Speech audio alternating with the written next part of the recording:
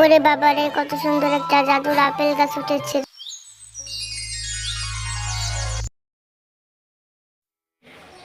তুমি কি আমাদের আর খাবার দেবে না? আমরা কি তিনজন না খেয়ে মারা যাব নাকি? আজকে কতদিন হলো ঘরে এক মুঠা চাল নেই। কি করবো বউ, তুমি বলো। আজকে কতদিন ধরে আমি কাজ খুঁজতে আসি, কিন্তু কোনোখানে আমি কাজ পাচ্ছি না। আর পকেটে তো পুরো ফাঁকা, আমার কাছে একটা টাকাও নেই। কিভাবে যে আমি বাজার করব? মিসকে মামার দোকানে যেয়ে দেখি। তারপর শিয়াল মিসকে দোকানের দিকে রওনা দিল। তার কাছে একটা টাকাও নেই। সে অনেকদিন ধরে কাজ খুঁজতে আছে, কিন্তু কোনো কাজই পায়নি। সে এখন ভাবছিল সে মিসকের দোকানে যাইলে মিসকের দাম কম রাখবে। সে মনে আশা নিয়ে মিসকের দোকানের দিকে রওনা দিল। মিসকে ভাই, 1 কেজি চাউলের দাম কত? 1 কেজি চাউলের দাম 250 টাকা। কম রাখা যায় না ভাই? দূর ফকিন্নে কোথাকার, যা আমার দোকান থেকে বের হ যা, আর আমার দোকানে আসবি না কিছু নিতে, যা। তারপর মিসকে তাকে অপমান করে দোকান থেকে তাড়িয়ে দিল।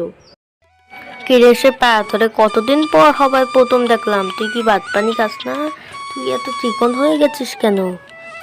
তুই মনে হয় ঠিক মতো ভাত পানি খাস না, তাই চিকন হয়ে গেছিস না? আমি চিকন হব না তো কি হব? আমরা একবেলা ভাত খেলে আরেক বেলা খেতে পারি না, একবেলা পান্তা ভাত খেলে আরেক বেলা পান্তা ভাতও খেতে পারি না। আমরা এত গরিব, তোরা তো অনেক বড় লোক রে। আজকে আমার বাবাও কাজ পায় না, তাই। তোদের ঘরে কি রেঁধেছে? আমাদের ঘরে আজকে অনেক আইটেমের খাবার আছে, চল তুই আমাদের বাসায় আজকে। তারপর শেফা তার বন্ধুর সাথে তার বন্ধুর বাড়ির দিকে রওনা দিল। আজকে শেফার মনটা অনেক ভালো। শেফা মনে মনে ভাবছিল আজকে মনে হয় পেট ভরে ভালো মন্দ খেতে পারবে। মা দেখো আমি কাকে নিয়ে এসেছি, ও আমার বান্ধবী। ওরা ঠিকমতো ভালো মন্দ খেতে পারে না, তাই আমাদের বাসায় নিয়ে এসেছি। তাড়াতাড়ি করে ওকে কিছু খাবার দাও, ও খা। তুই কইতেই ফকির যে ধরি আনছস, যা যেহানতে ধরি আনছস হেয়ানে নিয়ে তুই আয়, যা। আমাদের বাসায় ভালো মন্দ খাবার আছে, তো কি কি ওকে দিতে হবে নাকি? হ্যাঁ, ওরা ভালো মন্দ না খেতে পারলে না খাক, যায়। আমাদের বাসায় খেতে আসছি কেন? যা, ওকে রেখে আয়, রাস্তায় যাস, তাড়াতাড়ি রেখে আয়। ও আমাদের বাসায় খেতে পারবে না, যা। মা এমন করছো কেন? ওরা তো গরিব, ওদের সাথে তুমি এমন করছো কেন? আমাদের বাসায় তো অনেক খাবার, সেখান থেকে দাও। আমাদের বাসায় অনেক খাবার আছে, সেগুলো আমরা পরে খেয়ে নেব, যা বেরিয়ে যা বাইরে থেকে। তারপর শেফা মন খারাপ করে বাড়িতে চলে গেল। তার মন অনেক খারাপ হয়ে গেল তার সাথে এরকম আচরণ করার জন্য। মা, তুমি আজকে আমাদের খাবার দিবে, না হলে আমরা দুনো বোন বাসা ছেড়ে চলে যাব। আজকে আমাকে খাবার দিতে হবে। আমি কিভাবে দিব রে? তোরা তো সবই জানিস, সব কিছুই জানিস। আমি কিছু জানি না। এরকম করলে কিন্তু আমরা দুজন রাগ করে বাসা থেকে চলে যাব, বলে দিলাম। যাসনে মা, যাসনে, রাগ করে যাসনে, বাসা থেকে যাসনে।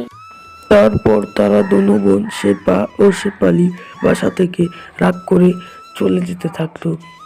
তারা কোথায় যাচ্ছে তারা নিজেও জানে না।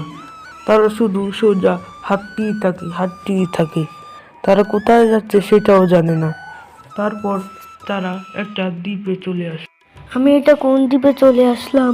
এটা তো চিনছি না। হ্যাঁ, এখান থেকে যাব কিভাবে? এটা মনে হচ্ছে ভূতের। আমি স্বপ্নে একবার দেখেছিলাম এখানে ভূত থাকে। বাঁচাও, বাঁচাও, কেউ আমাকে আছো, কেউ বাঁচাও, বাঁচাও, বাঁচাও, কেউ আমাদের বাঁচাও, বাঁচাও।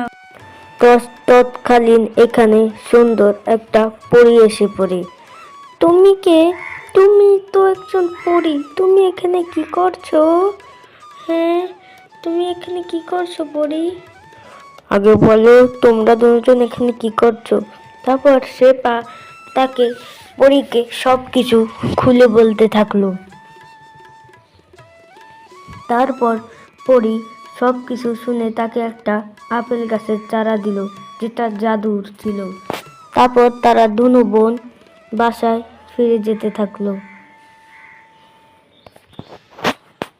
তখন বাসায় এসে তারা এটাকে ভূতে দেওয়ার 2 মিনিট পরেই একটা সুন্দর আপেল গাছ উঠলো।